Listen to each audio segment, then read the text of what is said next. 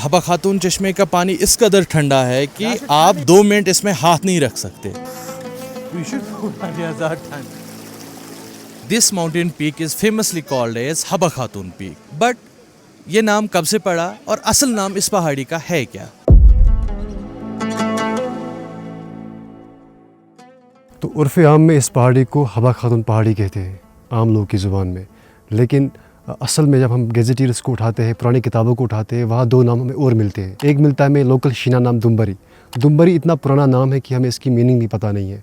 और दूसरा नाम हमें मिलता है अछुरबल। अछुरबल जो नाम है वो एसोसिएटेड है इस गाँव के साथ जिसका नाम है अछूरा। लोकली हम इसे अछू कहते हैं।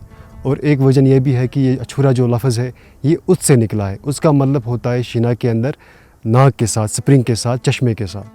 बट बात यहाँ ही ख़त्म नहीं होती है, क्योंकि यहाँ एक और जगह है जिसका नाम चक नाला है। इस जगह के बारे में ये बात मशहूर है कि यूसुफ शाही चक इसी रूट से तुलेल गए थे, क्योंकि ये चक नाला, ये चक रूट गुरेज को तुलेल के साथ जोड़ता है। तो बात यहाँ ये साबित होती है कि इस पहाड़ का नाम हबा खातून पहाड़ बाद में पड़ा है।